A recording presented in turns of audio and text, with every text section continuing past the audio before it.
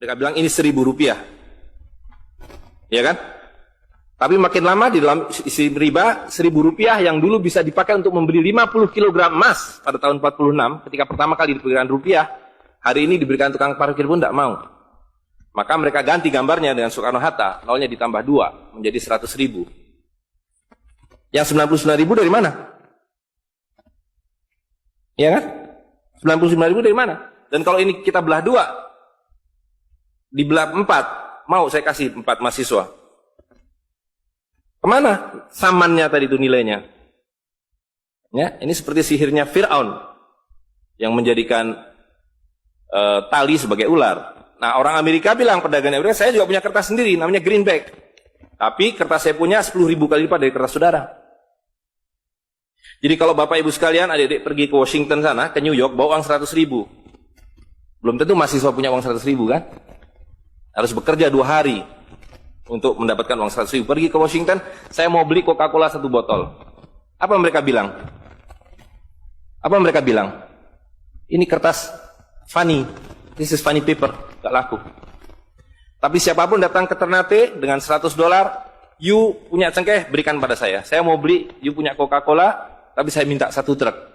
Apa yang kita lakukan?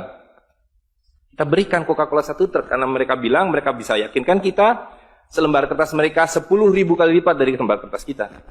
Dan mereka bilang, kita punya kertas tidak laku, mereka punya kertas laku di seluruh dunia. Betul nggak? Dengan cara itulah seluruh cengkeh Ternate habis. Pala Ternate habis. Seluruh kekayaan Ternate habis, hanya diganti dengan byte komputer. Dengan cara itulah kemiskinan dan pemiskinan dilakukan oleh para bankir. Jadi banking is crime. And bankers are the criminal.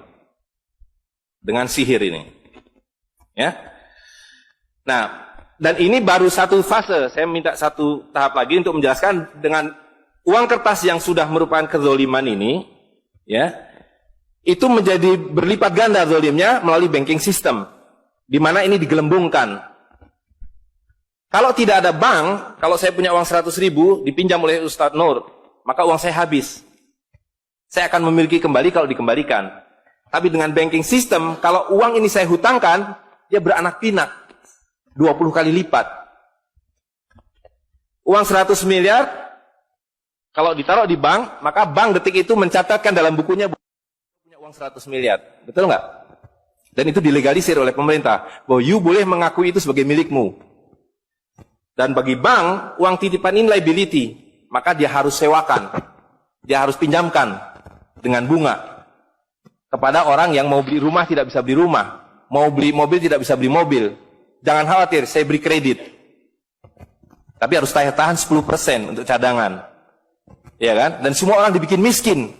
Misi pokok bank adalah membuat semua orang miskin, supaya tidak mampu membeli apapun kecuali berhutang melalui bank.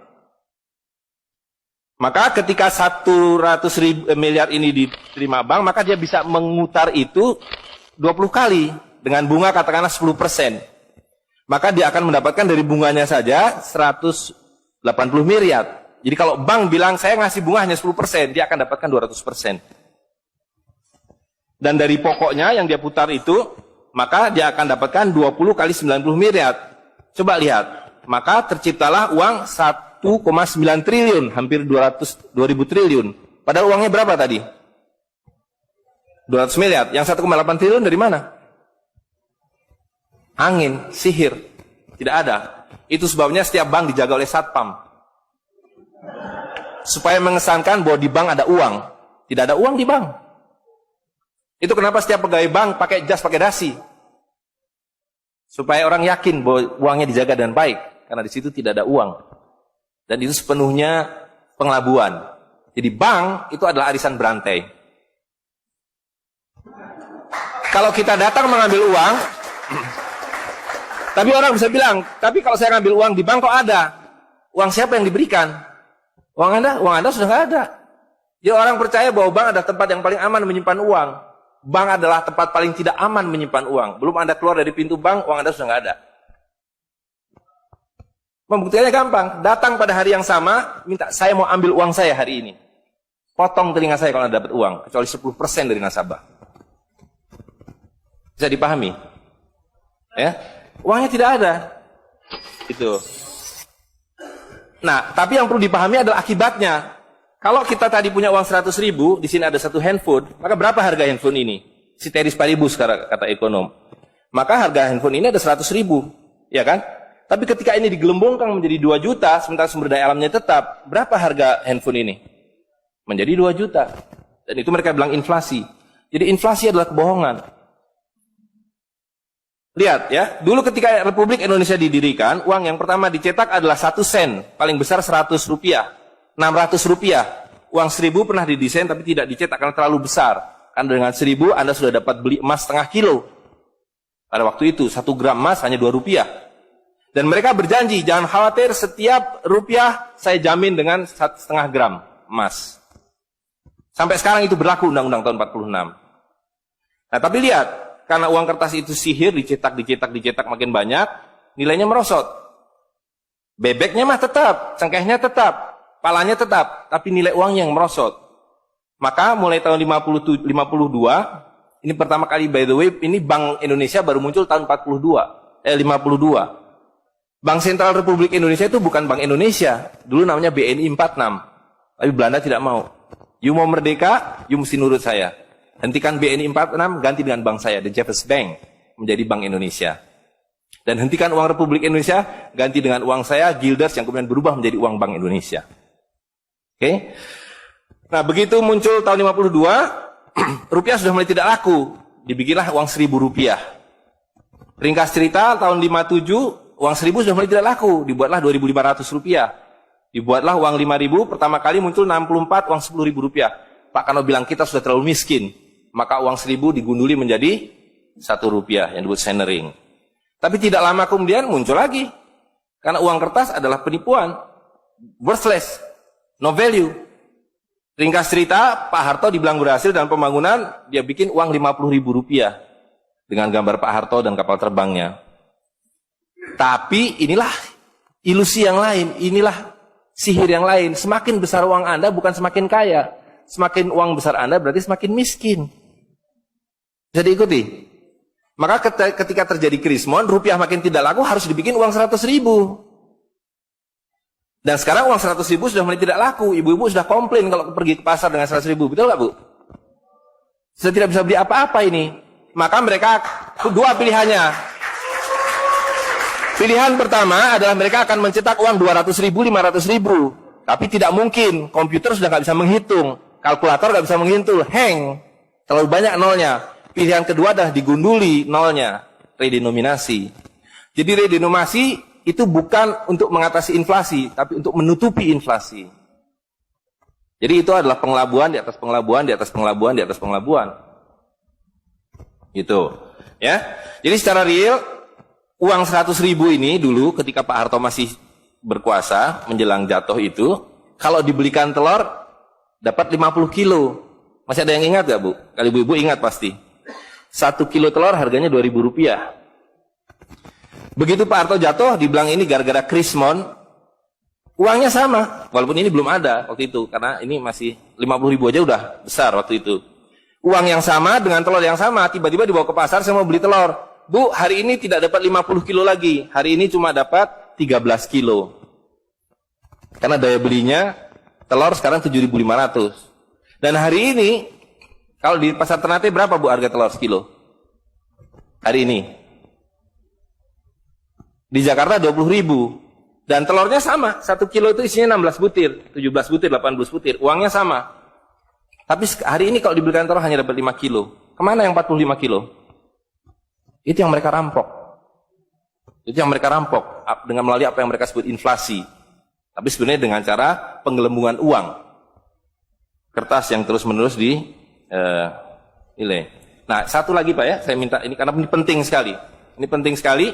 Nah, sistem zalim ini kemudian difikskan dalam satu sistem politik yang disebut nation state pada level global, kan judulnya kan globalisasi uang. Jadi negara bangsa itu diciptakan oleh para bankir pada abad ke-20. Jadi waktu Indonesia merdeka, Singapura merdeka, Malaysia merdeka, Afrika merdeka, itu bukan kemerdekaan spontan, tapi didesain. Didesain karena kalau dulu mereka mau merampas cengkeh orang Ternate, mau merampas kepala orang Ternate, dia harus bawa serdadu ke sini, Dia harus ambil cengkeh dan palanya. Repot kan?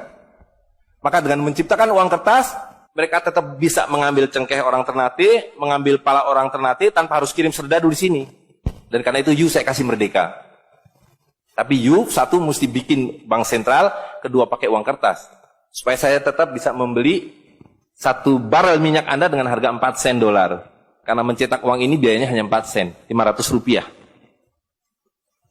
Ya, jadi berapapun harta yang kita punya bisa dibeli dengan cara itu. Nah, lalu tadi saya sudah ceritakan uang kertas itu dimunculkan bersamaan dengan konsep negara nasional plus hutang negara.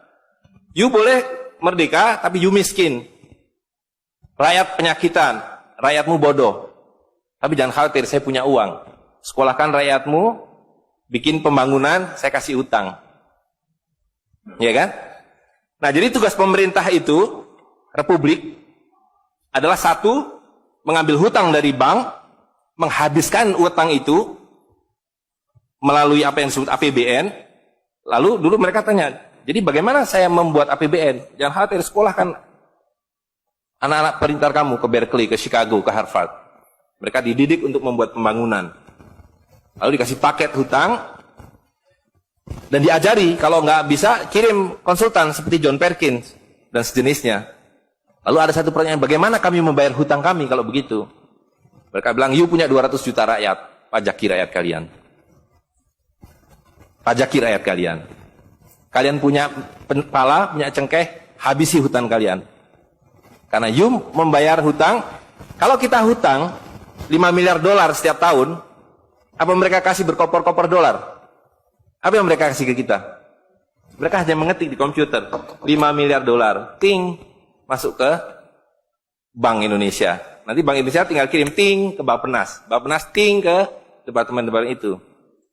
Tapi ketika kita mau membayar hutang mereka, bisa kita mengetik di komputer 5 miliar dolar. Ting, dibiarkan ke Bank Dunia. Nggak bisa, mesti punya devisa. Dari mana kami punya devisa? Mesti beli dolar kami. Caranya tebang hutan kalian. Habisi boksit kalian. Habisi mineral kalian. Betul nggak?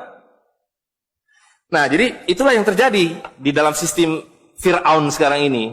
Bahwa pemerintah itu didesain hanya untuk mengambil hutang dari bank, menghabiskan melalui APBN dan proyek, kemudian memajaki rakyat. Karena itu pajak semakin hari semakin tinggi, semakin banyak, semakin tinggi, semakin banyak. Gitu. Nah, jadi kalau digambarkan, seperti ini. Ya kan? Wilayah domestik, nasional, itu adalah demokrasi. Supaya kalau 5 tahun harus ganti. Kalau ada presiden, ada perdana menteri yang tidak nurut pada para bankir, out. Tapi para bankir tidak pernah berganti. Mereka turun-temurun, perusahaan swasta, anak beranak pinak. Ini kira-kira hanya 400 keluarga di dunia ini yang menguasai seluruh sistem keuangan dan politik. Jadi kita ini sekarang utangnya tiba-tiba sudah 2.100 triliun. Padahal tahun waktu Pak Harto jatuh itu utangnya hanya berapa? 50 miliar dolar, 500 triliun. Sekarang sudah 2.000 triliun. Dan begitu kurs dolar berubah, utang kita nambah. Gitu. Dan BI tidak pernah memenuhi janjinya. Karena tugas pokok BI adalah menjaga stabilitas kurs. Tidak pernah bisa. Dan tidak akan pernah bisa. Apapun yang dilakukan, karena memang tidak ada nilainya. Gitu. Nah, jadi sebagai penutup, maka apa yang harus kita lakukan adalah membalik seperti yang mereka dulu lakukan. Yang mereka dulu lakukan adalah mengambil emas dan perak dari orang tua kita. Mereka lebur menjadi batangan, dia simpan di berangkas, dan kepada kita dikasih toilet paper ini, kata Mahathir Muhammad. Maka yang harus kita lakukan sekarang sebelum ini jadi apa? Oncom.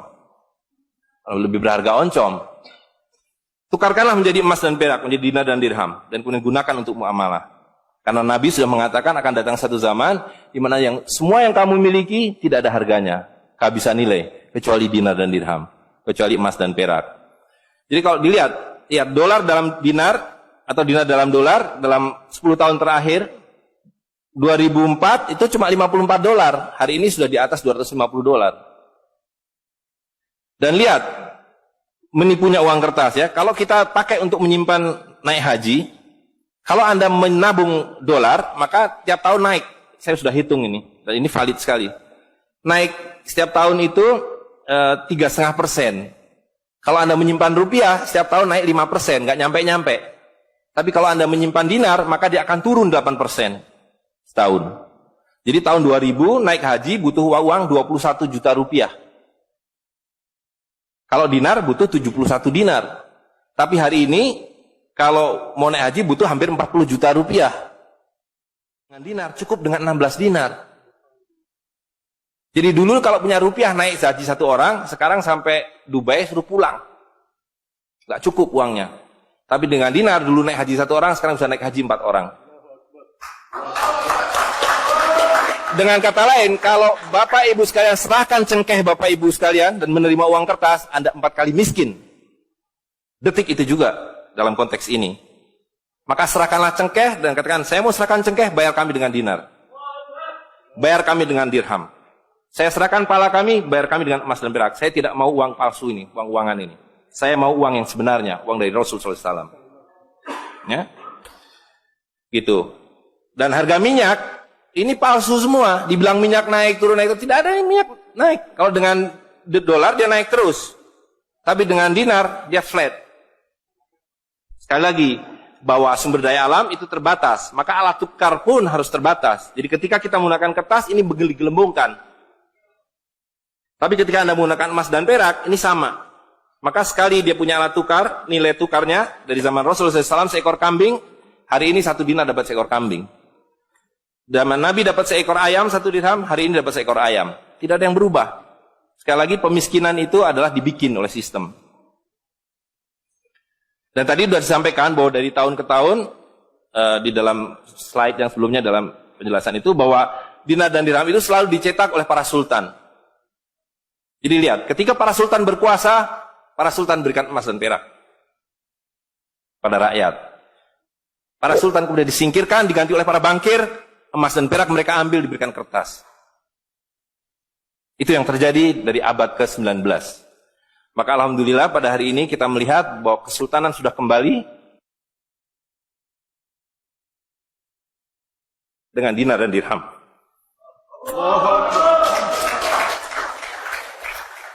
Dan ini adalah awal berakhirnya sistem riba. Ini adalah awal dari janji Allah SWT, yamhaqu riba wa yurbi sodakotan. Aku suburkan sedekah dan aku hancurkan riba. Kehancuran riba ditandai dengan seperti apa yang dikatakan Nabi, kehancuran mata uang kertas.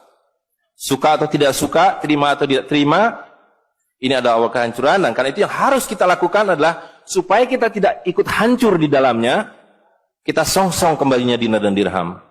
Dan itu berarti kembalinya sultania. Dan Ternate adalah awal dari kembalinya dinar dan dirham dan sultania bersama dengan Kesultanan Cirebon, bersama dengan Kesultanan di Sulu. Jadi sekarang sudah ada 3 sultan yang mencetak kembali dinar dan dirham. Dan ini akan mengawali kembalinya dinar dan dirham di seluruh dunia.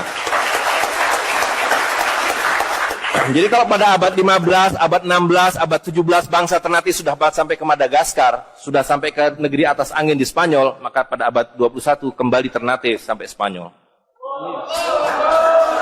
Ternate sudah kembali sampai Afrika Selatan, sudah sampai Eropa melalui dinar dan dirham yang berlaku di seluruh dunia. Orang Amerika tidak bisa mengatakan emas saya 5 kali lipat dari emas saudara, tidak bisa. Emas kami dari Ternate sama harganya dengan emas kalian. You 1 dinar, kami 1 dinar. You 1 dirham, kami 1 dirham. Itulah keadilan. Ya. Jadi karena itu Bapak Ibu sekalian, yang terakhir sekali saya ingin sampaikan, dinar dan dirham yang kita bicarakan ini tidak ada artinya kalau berhenti hanya di dalam ruangan ini. Dinar dan dirham harus segera berkemerincing di kota Ternate. Dan Anda semua yang harus memulainya. Tadi 2 orang sudah menyatakan diri sebagai relawan Jawara, jaringan wirausahawan dan pengguna dinar dirham Nusantara. Maka dalam waktu sebentar, insya Allah di Ternate, dari 2 orang ini akan menjadi 2.000 orang yang menggunakan dinar dan dirham. Ya, dari 2.000 akan menjadi 200.000. Seluruh penduduk Ternate menggunakan dinar dan dirham. Dan Kanjeng Sultan dari beberapa waktu yang lalu sudah mulai membagikan zakat dalam dirham. Jadi di Ternate itu sekurangnya sudah ada 1.000 orang memiliki koin dirham yang dibagikan oleh Sultan. Dan itu adalah awal. Ini baru awal dari kembalinya Islam dan berakhirnya kezaliman. Jadi sekali lagi Bapak Ibu sekalian, marilah segera ya ular-ular Fir'aun itu kita akhiri dengan cara yang sangat mudah, yaitu kita mentaati perintah Allah SWT. Allah SWT mengatakan wa halalul bai' wa harrama riba. Aku halalkan berdagang dan aku haramkan riba. Dan uang kertas adalah riba par excellence. Di dalam uang kertas ini ada 2 riba sekaligus. Ya, jadi saya kira itu saja. Saya mohon maaf mengambil waktu agak terlalu banyak, tapi ini penting karena supaya clear semuanya. Ya, karena ini baru pertama kali dibicarakan di Ternate. Demikian, assalamualaikum warahmatullahi wabarakatuh.